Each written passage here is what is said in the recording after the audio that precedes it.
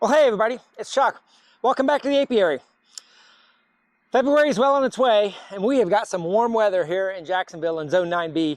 It's going to be 82 degrees today, which is amazing weather for the bees. Going to get a little bit of rain, so the forage time will be down, but that brood nest is able to stay nice and warm. We do have some more cold weather coming in about a week. There's a front coming through today in the Panhandle, so I saw 30s on the 10-day forecast, so we're not done yet. But this amount of time with the maple blooming and the pollen coming in and a little bit of a stimulative feed with some 1 to 1, a little bit thinner than that, up to 1 to 5, 1.5, I'm sorry, sugar water really can stimulate the brood rearing. And I inspected most of my hives. I had to take some of them to double deeps because some of them had over 7 frames of brood in a 10-frame box. Too strong, too early, ready for splits, but I had to give them some more space. So I've got a couple different segments I want to do today, so I'm going to just take you with me. I do have a lot of chores to do. You know, like I'm finding a lot of these frames like this that were last year's that need some wax in order to draw them out. If you put this just straight into a hive and it doesn't have any wax right here, what they're going to do is they're going to build vertical burr comb on it. They need to have the wax, and sometimes they're going to build that burr comb anyway. Sometimes you just got to get them going. Keep moving frames in between other ones that are well drawn out to not give them too much room. And I may or may not do that today. I also have some oxalic acid extended strips I need to make today. And I may or may not record that, but if you are interested in the extended acid strips, they are available on my website, another video for that. So anyway, stick with me today. I'm gonna bring in the apiary. I got a new camera technique I'll talk a little bit about in the apiary, and we'll see where this video ends up. Stick with me.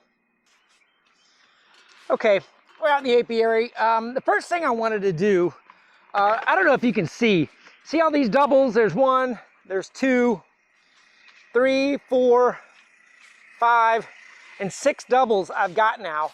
One of the differences on the mite treatments that I use with the extended acid strips versus the, I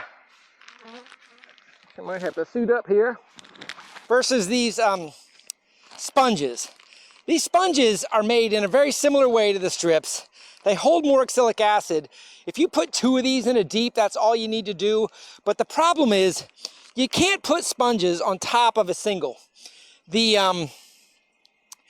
The bees just don't get to it in the brood nest. You need to have these in the middle of the brood nest, which is the same thing with the strips, which is why when you lay them across the brood frames, that oxalic acid is getting down in the brood nest. So my mite counts are looking good, and I have another video I'm gonna make, this will be a little bit of a teaser.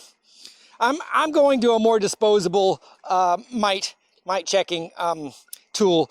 Randy Oliver's been doing this for a long time. When I was at Nobby at the Beekeeping Expo up in Louisville, I saw, kind of this firsthand, and I'm like, you know what? If I have a bunch of these around the yard, I might do even more mite checks than I already do, just because these are going to be right there with me. So look forward to that video in the future, how I make these. The information is available on Randy Oliver's website, so he basically has the how-to on that. So I don't need to say it's my invention, but so what I want to show you is, now that we have the definition of when these strips can be used, I have these from last year, so I'm going to go ahead and start to use them. But just as an example, and hopefully you can see this, I'm going to do the best I can with this 360-degree camera to show as I walk around without having to do a bunch of camera repositioning. That's my camera technique I was going to tease you about. Let's see how we look in here. Yeah, these ladies look good. So I'm just gonna pop this off, get a little bit of a peek in there. So that's the bottom half of a double in mid-February in Jacksonville. I'm very happy with this. So I'm just gonna take these sponges I got, and all you do is, the brood nest is of course in the center of the nest, and I'm just going to set these in here. So they're going to be essentially in the middle with some oxalic acid extended release in the hive now. All right, so I'm just going to throw these in there. If I see anything noteworthy, I will let you guys know.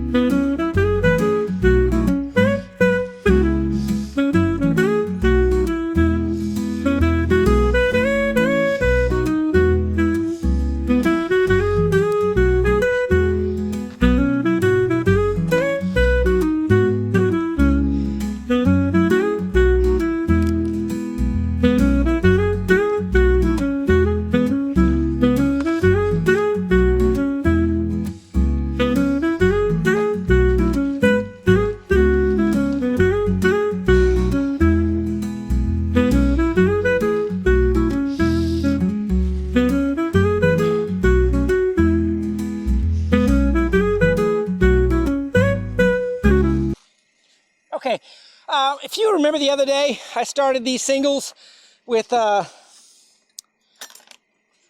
nukes from my resource hives, trying to get them going. These were dead outs. Another subject we sure as heck can talk a lot about is the dead outs being reported. So, not dead, but building. So, you know, I could throw some, no, they still got a little bit of sugar in there. So they're building out. But this reorientation stick can come out. No need to make them fight over that. This has been here well over a week. Got a couple strips in there. I got one strip in there. Matter of fact, no reason not to add a couple extended release strips in here while I'm at it, because this is what we're talking about. I only got one in there at the moment. These are, I keep these in the freezer when I'm doing extended storage, but I keep them outside while I'm using them. So you don't need to keep them in the refrigerator the entire time. But the refrigerator and or the freezer is probably best, does kind of keep the acid from breaking down prematurely before essentially it gets used. So I think freezer adds, this is non-scientific, this is my own evidence, makes the strips last until you're going to use them if you make a big batch. And I do recommend making a big batch, because I guarantee you the number one reason beekeepers don't use them is because they don't have them in their kit. We could also take off these. Let's see if this, yeah, looking good.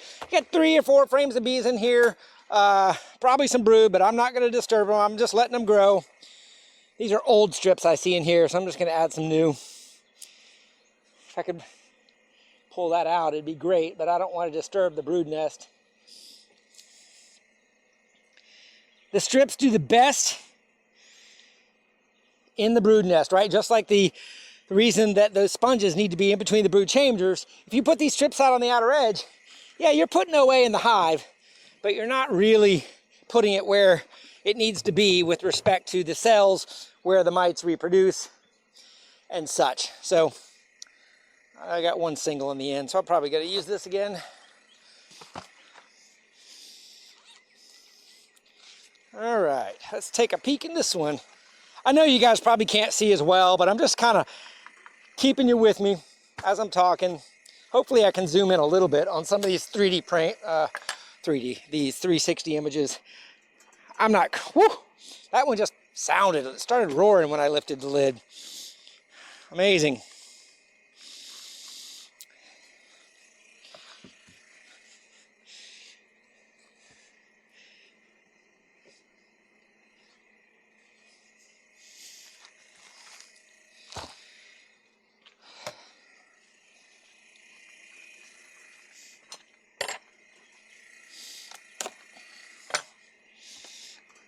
Another good looking population.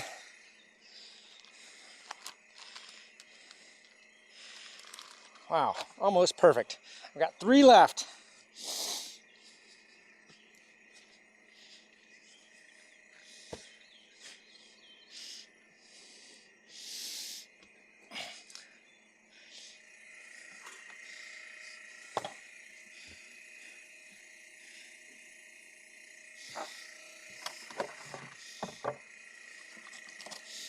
Oh wow, this one is looking good. White wax on the top, still some sugar in the bottom of the feeder. Old strips. I know they're old because, yeah, she got me. Get that stinger out. I know they're old because I just can't see any white OA on them anymore, and they're kind of just crusty and old looking. I guess you could just tell.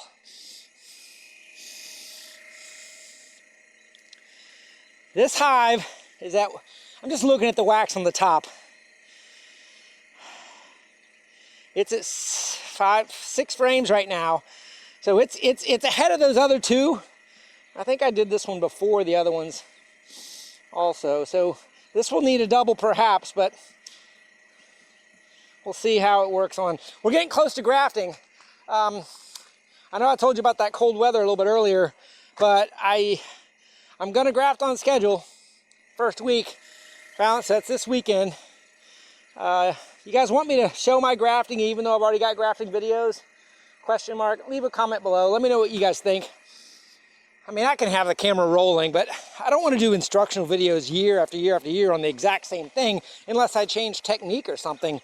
So, but the fact I'm doing it and the timing I'm doing it, and I know these videos pop into you guys kind of reels, or reels is an Instagram word, I don't do Instagram, timelines on YouTube, is because you're subscribing to the channel or you're interested in bees and it popped up.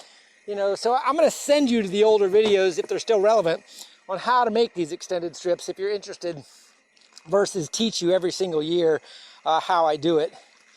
Saves me a little bit of time, and it also recycles the videos. Okay, so we got oxalic acid. You know, I didn't put these strips in this single. Let's do that real quick because I did the other singles, and just while we're at it, where's your Hive tool, Chuck?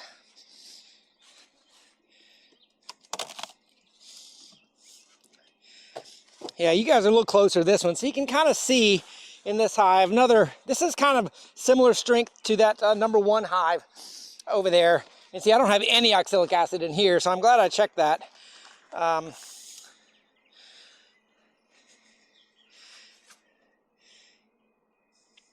The reason the chipboard in my video is important because it gives the stiffness. If you don't use the right thickness chipboard on these strips, you lose the stiffness to push them down. That is why I think I use 50 point chipboard in my formulation, and it's about the stiffness and the amount of material that will hold the oxalic acid. But I changed it a couple times because I just needed the stiffness to push down gently in between those bees. A little bit more sugar water in here, so they're not consuming as much sugar water in this hive. Maybe they're doing a little bit more foraging at its strength. All right, I've got OA in every hive now. And I use this tub to keep my stuff out in the apiary. I don't know if it's a great idea or not, but I hate running back and forth to chase my stuff. Okay, that's it for the OA in this apiary. I'm probably going to go to my out yard today, maybe do the same thing, so I'll keep those strips with me and take you there. I want to show you kind of just where they're not as strong over there, but in general what I'm doing, and just keeping you with my chores. All right, be right back. All right, everybody, we're at the out yard out here by the pond. This hive right here that I've got the strips on top of had a green queen, very, very weak. I took some brood out of another one to try to boost it. And when I went to inspect it, I found the queen on the bottom. I'm pretty careful with my queens, and I don't think I bumped her. But in any case, this is the queen alive check. I'm really hoping she is. I don't expect, I mean, most of those bees, honestly, I think are from the brood frame I added. There was a tiny little cluster. Sometimes, you know, you should say, why did you even bother? For me, you know, pollen frame, I like to just sort of see what I can do until I got replacement queens. If I don't have a replacement queen, I'd rather a weak queen be laying eggs. This was the amount of brood that other queen had. Not much, just a tiny little patch. And I'm, of course, looking for the evidence of a queen, a dead queen, and possibly even queen cells. And this was the frame of brood on the other side, that tiny little patch. They're doing a good job laying the pollen around her. They just were not boosting up right. And you might ask, well, maybe you got late boosting bees there. You know, I don't have many of the carniolans that kind of brood later, but all right, there is something here of a queen cell. Is there anything in it? Yeah, there's jelly in there. We might have a dead queen. Just from the looks of one cell. There's two actually on there. Probably can't see them, but those 2 cells on this, and this is the frame of brood I put in the hive to kind of give them a boost. And I'm looking for mama, even if she's sick. Maybe they're trying to make a new queen. And then maybe they haul her off.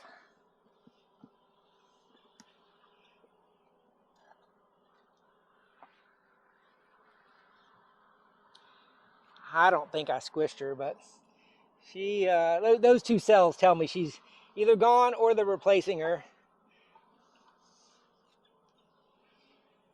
Which is fine. I mean, I'm going to graft this weekend, so those cells actually will have just as good a chance as anything to make it, assuming this hive can feed those cells. You know, there's not enough bees in here to make an amazing queen, but they might be able to make one. We'll see. I am feeding them. So I'm going to call this I'm going to write on the top, 2 queen cells started. I'm going to put a date on here so I can keep track of hatching, mating, capped, and all those sort of things.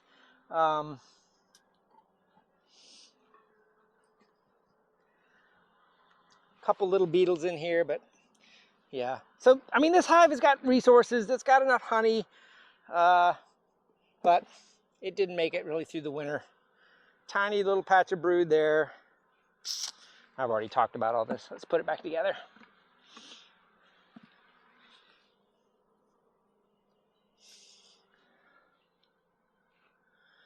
These are fresh mite strips I put in there last week because I was like, well, maybe they died from mites, and there's just not enough bees in here for me to do a full mite check right now. I don't want to take 300 bees from a colony that's only got a few. Okay, so back together. The queen is dead. Plenty of food on here on the top, you can see that. But that hatching brood will keep this hive alive even until they make a queen. I give them a new queen. And there's a very good chance they will make a queen, and I will replace her with a well-fed queen. But note-taking time, right? And I think you should be able to see this with my 360 camera. On these notes, on my note cards, I've got another video about this. I've talked about it a lot. I have date, I have notes, and then on this right-hand section, I leave a little column with my queen math on here. And I put a date in there for the date. So I'm going to call graft day was the day that I put that brood frame in there, right? Because the eggs that they effectively started making queen cells on was from that frame. And that was, I'm going to call it that was on the 10th. So I write 10 on the graft day. If I had not seen that and I just came into a capped cell, the next line is capped. I could have said, what day did I find a capped cell? But in any case, in 5 days from graft day, it should be a capped cell. So I'm writing 15. And I've got another number here. It says +4. That's when I sent it to the Nuke. It's already in a Nuke, but I'm going to fill that out for my math. 19. Hatch is 3 more days from the 19th. So that's going to be the 22nd. Mate is 5 more days, 27th. And laying is 3 more days. And this is in February, so that's going to be 3, 3. So now I've got my queen math on this Nuke. If I do nothing else to it, those 2 started queen cells, I know when they're going to hatch, when I should expect, and basically how long to leave them alone. I might need to boost this with some more brood just to get the populations, but if those queen cells do hatch, this is when she'll be laying. That's a really good tip, and this is how I recommend everyone keep notes. We do more than just write down mites and what we did with brood frame removals. The queen math on every single note sheet is handy, especially if you do kind of the walk away split scenario, sometimes when you find a weak hive. Now, this hive here was almost too strong, and I actually weakened it a little bit. Look at that, that's a Nuke. I could probably put that into a 10 frame deep, but let's see, I'm gonna make sure there's no queen. God, there's bees everywhere, so I don't want to squish a queen if she's on my lid. But what I want to show you guys, not that I want to mess with this Nuke, this could go into a 10 frame if I needed it. I could put it somewhere else, but I put some frames in here that I wanted them to clean up and start laying in because I've removed some brood frames out of here. So I want to kind of see how they're doing on the cleanup. It's a nice warm day, so opening up this brood nest. Obviously I don't want to kill this queen because she's made it through winter and doing a good job. I'm hoping she's not on this end frame, but I'm being as slow and methodical as I can. But there is, oh wow, queen cells on the bottom. So this may be an overcrowding queen cell situation. Let me just see if there's anything in there. Nope, nothing. Nothing.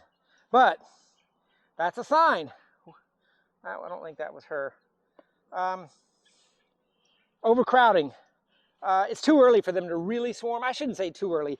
My overfed and overstimulated hives can swarm this early, but it's risky to have a swarm this early because, like I mentioned at the beginning of this video, if I hadn't already clipped that in there. Yeah, so this was one of the frames I think I stuck in here for them to start laying in. But they have covered this up. I don't see any eggs in here, so they're just working on cleaning this up still. I'm looking for the queen to show you guys.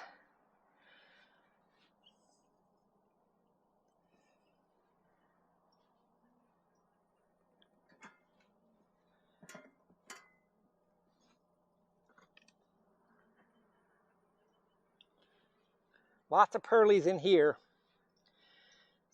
Oh, there's Mama. See how nice and green she looks? Green. See how nice her green dot looks? See how nice she looks with it?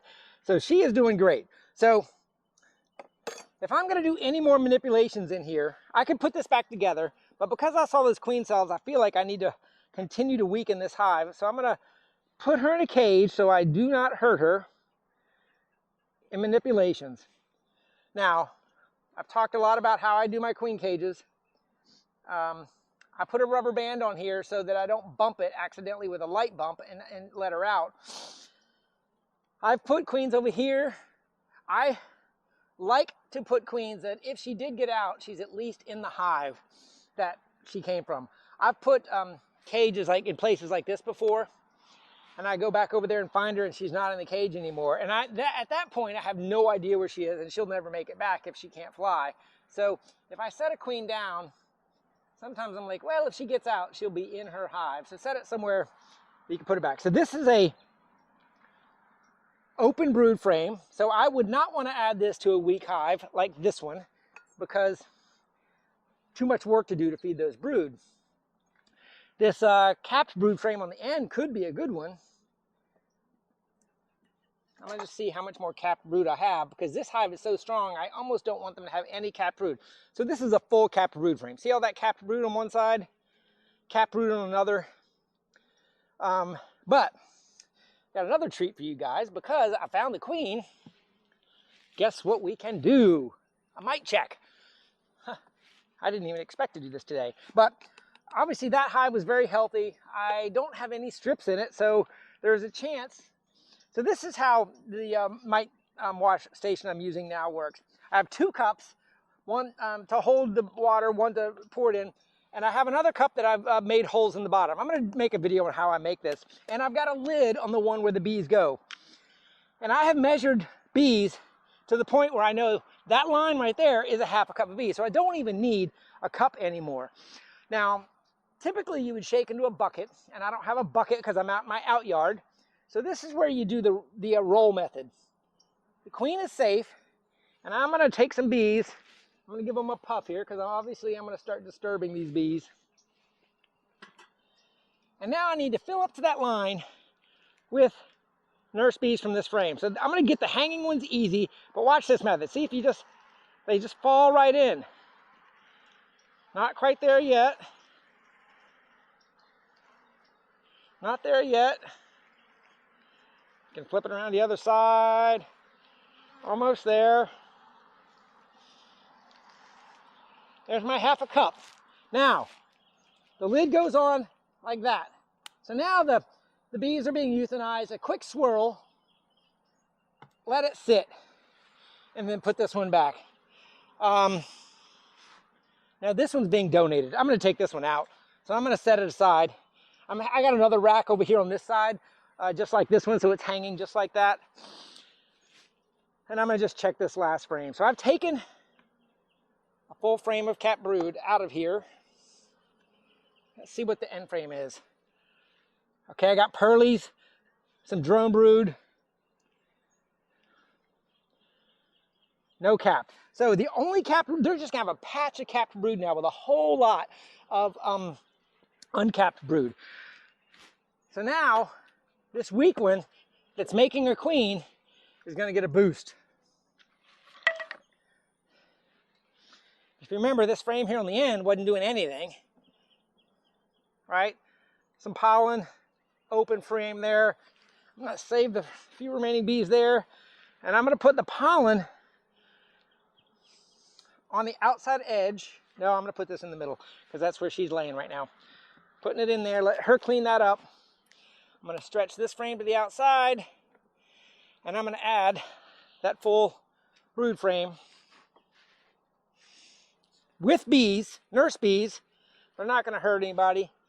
And remember, this one has the queen cells on it, so I think it was on the inside. I don't want to squish those queen cells. They've only got 2 in there. Okay, so added capped brood. Capped brood is like adding an army. They're going to hatch out. This is going to be their home when they hatch out. Some of the adults that might have been on there are going to fly away. This is uncapped. I can even do a shake in here. And this is all the pearlies uncapped going back in the middle.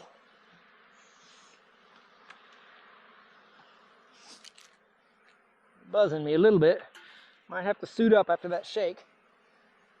Setting mama there. Now I'm just trying to decide. This has a small patch of capped brood, which I think I want in the middle, so I just want to make sure this is a suitable end frame. This is uncapped.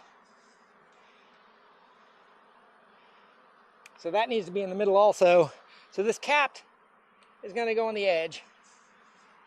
So that's going to go in the inside. And oh yeah, this honey frame and a little bit of cap is going to go on the outside. Good time to kind of clean up some propolis, making my frames fit tight.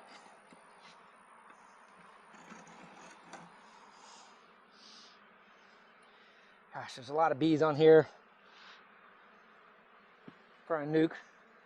I almost did a shake on this one too, but I decided one shake's enough for one visit. Got too much propolis on here.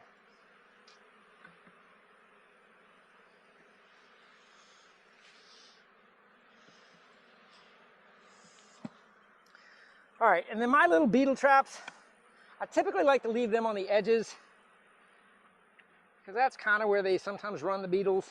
And plus that also lets me manipulate some frames without necessarily moving them around too much. So I kind of catty corner edges is what I try to do. Double check mama's still in here, and then I'm gonna just let her go and watch her walk in. Walk on down, mama. Nope, she's crawling on me. There she goes. She's down now. And the cover. And because I've given them a lot of work to do, there wasn't a lot of stored food in there. So I'm going to continue to feed this very strong colony. I talked to you guys a little bit about my bucket here. It is a 3-gallon, I believe, watering pail. I took off the little nozzle that comes with these things that makes the watering pail, and I put on some flex tube.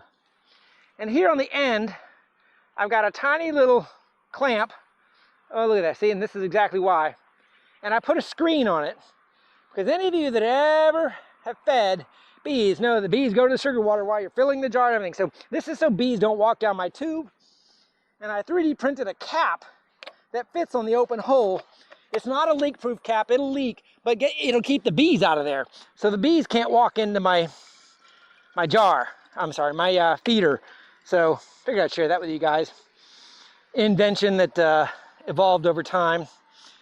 All right, that's a lot of sugar water for a nuke in a full quart jar. But these guys are doing so good, I want them to be ready in case I need them. Double check it's working. And there, that goes back on. There. Now, what notes would you guys put on that hive? Huh? This is a little hypothetical before I do it myself. First of all, today's date, right? So 2/13. I'm going to put a G with a circle, which means I saw the queen. To me, that's my little shorthand. And I'm going to say RM1 brood. So I removed brood. So that just tells me I've weakened the hive, removed a frame of brood. I could, now that I put it over here, I can even say 213, add 1 BR. So now I've got where that brood frame went. These two are looking good. Oh, yeah, our mite check. So after they've been sitting in the Dawn, this is Dawn Ultra, mixed to 2 tablespoons per gallon. That's Randy Oliver's recipe. I'm just copying him. What this design allows me to do now is the holes that I've drilled in here are big holes, but are not so big that a bee can come through. Now I do see a bee in here, and I don't know if she came through the hole or not. Look, looks like my holes are just big enough for bees to fit through, but I'm okay with that. So now that I've sieved those out, get rid of the bees, and this is my cup again.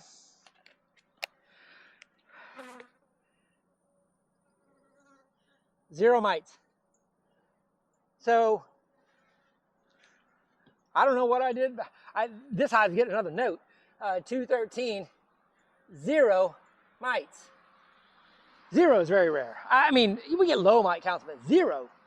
Damn, it's that strong? Well, maybe that's why it's that strong, right? Okay, so then you say, why do I need the second cup? Honestly, with 0 mites, I don't need it. But I'm going to show you why I have an extra cup. I'm having to reorient myself for you guys. I thought I had one here. Oh, I guess I don't. I thought I had a sieve here in this apiary. Okay, well, I'm just going to finish the argument with so normally I would have a sieve. I need to bring a sieve out in the outyard. And because this water theoretically has mites in it, then I put the sieve on top, and I pour this out, and then I shake out the sieve. Now this can be reused, right? So now the second full cup is so you can sieve out your solution, your water. Now, did I add any strips?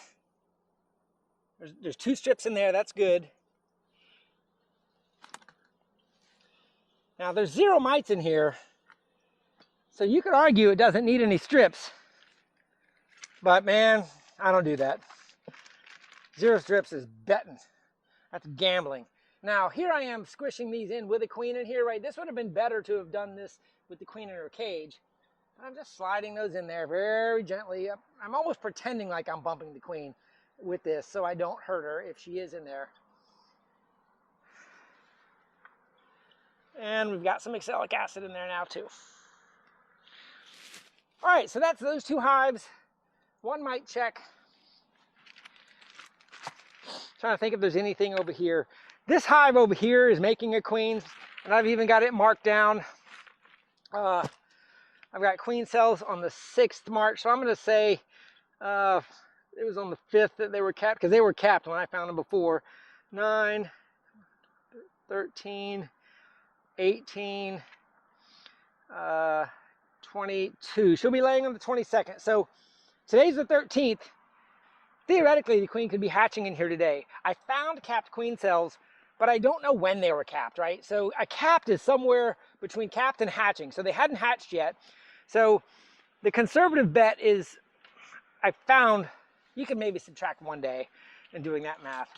I'm not going to check on, these hives were fine. That was the purpose of this experiment. They had cells. I need to remember to bring out a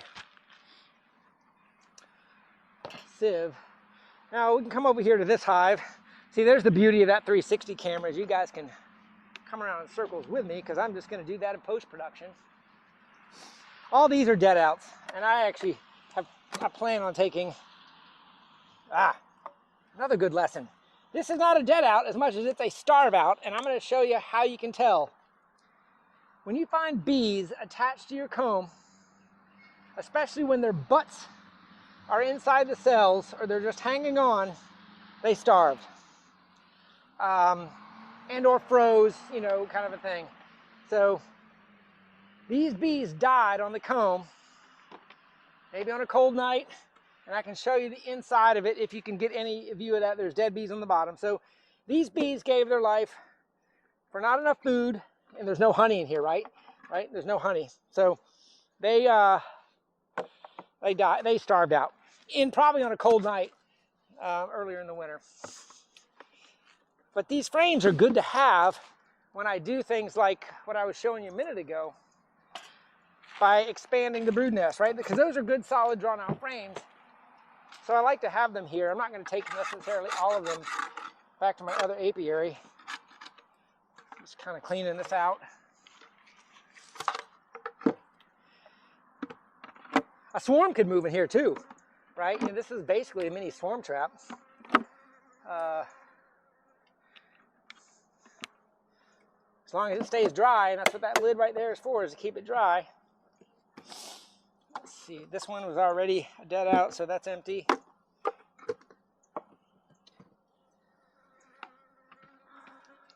All right, my intention was to inspect this hive. My queen excluder on top of the bubble is just like for storage. That's not good. Beetle's kind of scampering around. Got 3 traps in here, so you're gonna die. 1, 2, 3, 4, 5 seams of bees with nice, good honey stores on top. Don't need any sugar water and room to grow out. So I'm not going to mess with this. These ladies are growing out. You could argue if they were already out to 7, I needed to remove some brood, but because I've got 4 empty frames on the edges, these ladies are right about where I would reduce a strong hive to anyway. No strips. Thanks for saying that.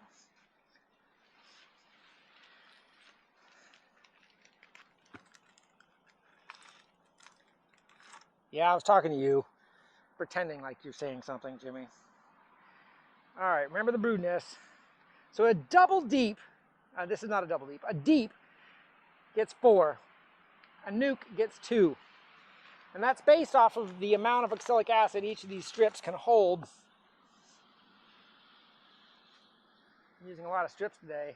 I think I said at the beginning of the video I'm going to make some more. I might do that. But this video is getting kind of long, so that may end up being a separate video.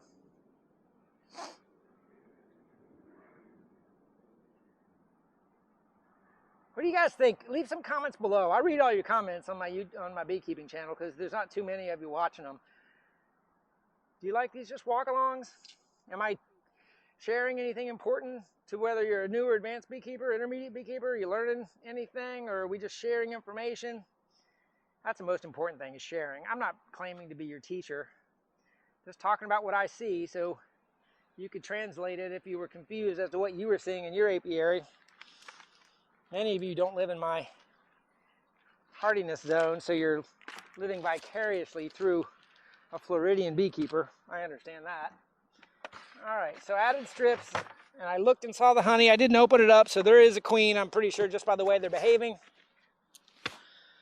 Okay. You just want to see in here, don't you?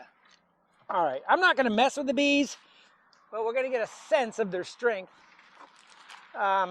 just by cracking them open and showing you. Hopefully you can see. See this long line? Looking in here. Yeah, you know, since I got I can give them a little bit more sugar water just to kind of keep this, because this is not, I don't see a ton of capped honey on the top of this. And this is a resource hive, right? So I grow these long langs to have brood whenever I need it. So, and don't forget, this is a thin syrup now. I'm not making thick anymore here because it's been so warm. This is stimulative. This is going to make a laying queen if they've got pollen coming in, and they do, right? Because of my maples. I've told you guys that. All right, so this is a 1, 2, 3, 4, 5, 6, 7 frame nuke, basically. All right, there's one. No notes I need to make, really, because I didn't see the queen, and I mean, I could say feeding, but. All right, this is nuke number 2. And see, this board right here is the division. They can't cross that inside the long lang.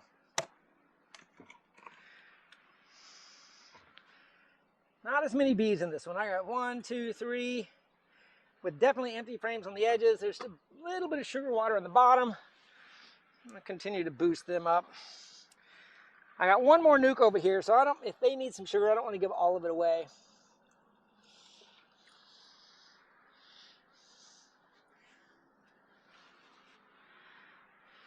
Got strips. Did you see strips over there? I don't remember. You didn't tell me. Ha! No strips. Should have told me. That's why we're here.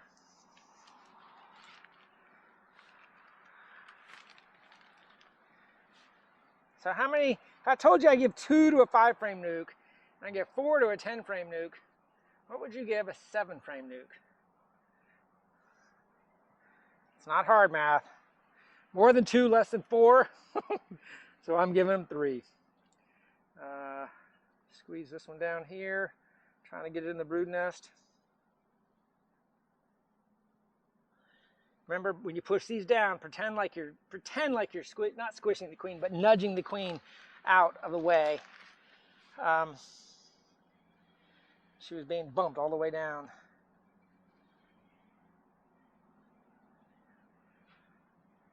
It would be great if I had opened this one up and found the queen and done another mite wash to check to see how these were doing, the fact they had no strips in there. And they're kind of weak, so they might be having some Varroa issues. All right, let's check this last one. I don't know if you guys can see or not. I'm looking at the angle I got yet. Hey, leave comments below, because we're almost done with this video today. Leave comments below about whether or not you like this 360 camera technique I'm doing. This is the one that did not have a queen in it. Well, I should say they had capped queen cells and I didn't find a queen or egg. So now remember, she could have hatched by now. So I'm definitely not going to open this up. Open this up. There could be a virgin running around in there maturing, squishing the beetles I got. I'm going to use all the sugar I got because this is the last hive of bees I got out here today, and no need to take sugar water home unless you're overfeeding your bees. And these weakling bees, and especially if they're raising queens and young, they need lots of sugar so they don't die. I also had a note on here that I added one brood frame. I think this is the hive that I saw with queen cells that was almost dying, and I think that was the first brood frame I took from that really, really strong nuke over there. All right, so should I take the strips with me or leave them here?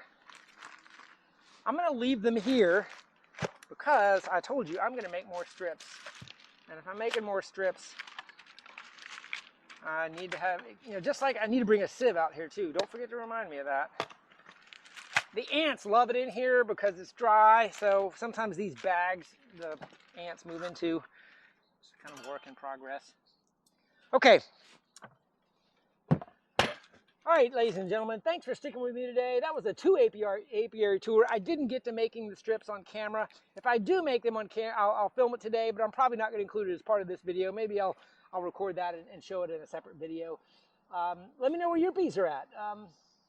What you think. If you got any ideas for things you want me to show dedicated videos on, like maybe that mite wash technique or things like that, leave comments below, because I really, not that I struggle for content, I just drag you with me, but I do like to know what resonates with each of you that do choose to watch my channel.